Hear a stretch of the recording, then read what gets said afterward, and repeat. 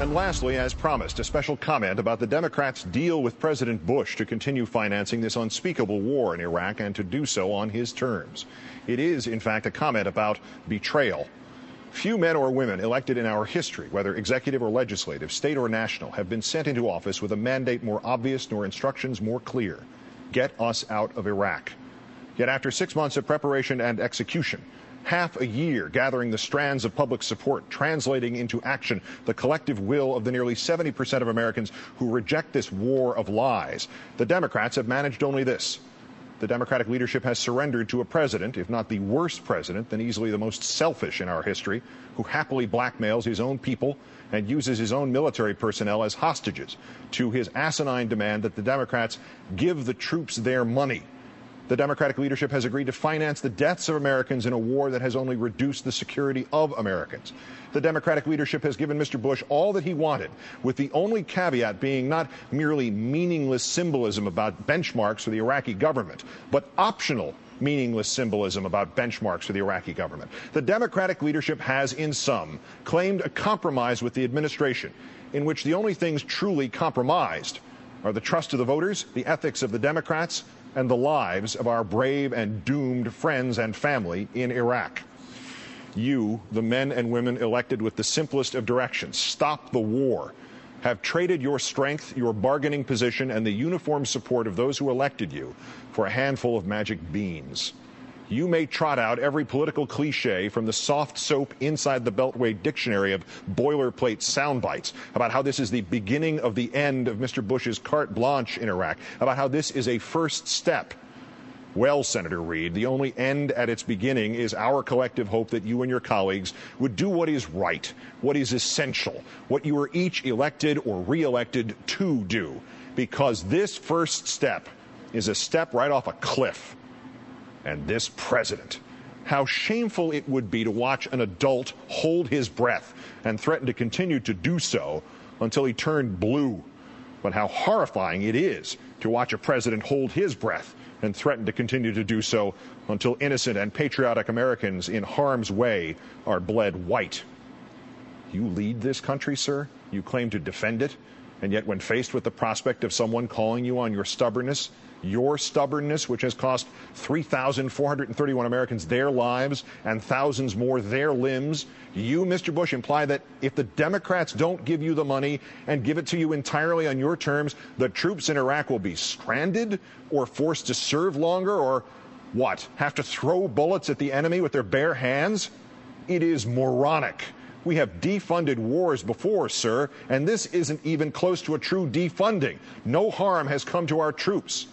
How transcendently, how historically pathetic any other president from any other moment in the panorama of our history would have, at the outset of this tawdry game of political chicken, declared that no matter what the other political side did, he would ensure personally, first, last, and always, that the troops would not suffer.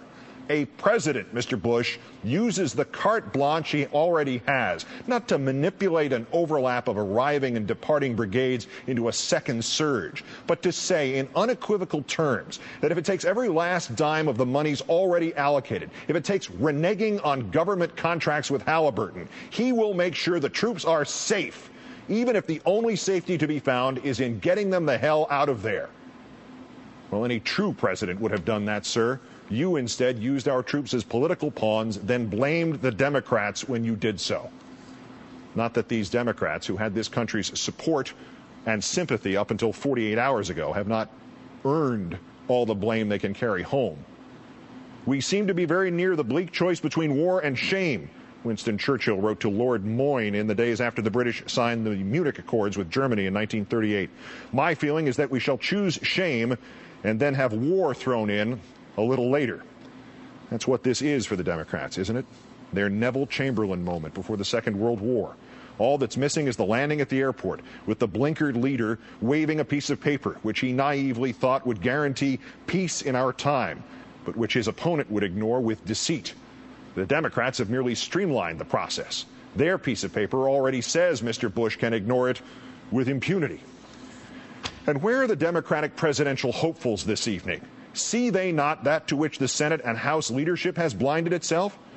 Judging these candidates based on how they voted on the original Iraq authorization or waiting for apologies for those votes, that is ancient history now. The Democratic nomination is likely to be decided tomorrow. The talk of practical politics, the buying into of the president's dishonest construction, fund the troops or they will be in jeopardy, the promise of tougher action in September, is falling not on deaf ears, but rather falling on Americans who already told you what to do and now perceive your ears as deaf, as closed to practical politics.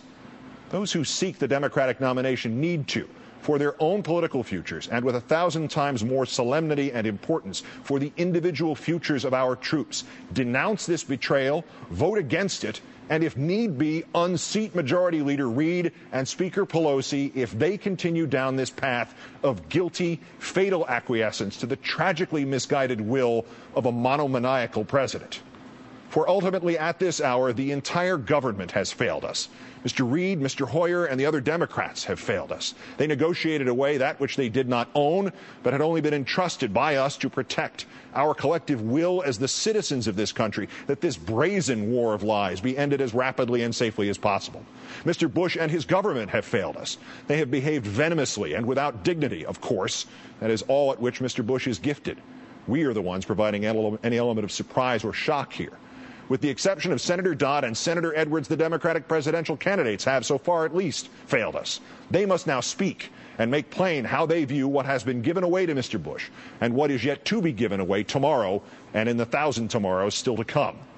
Because for the next 14 months, the Democratic nominating process, indeed the whole of our political discourse until further notice, has, with the stroke of a cursed pen, become about one thing and one thing alone.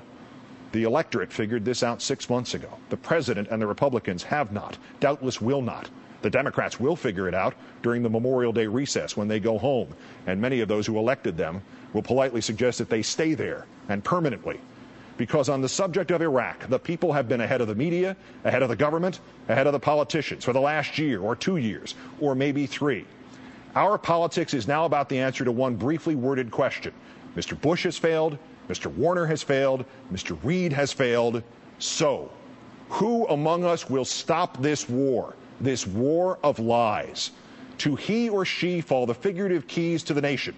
To all the others, presidents and majority leaders and candidates and rank-and-file congressmen and senators of either party, there is only blame for this shameful and bipartisan betrayal.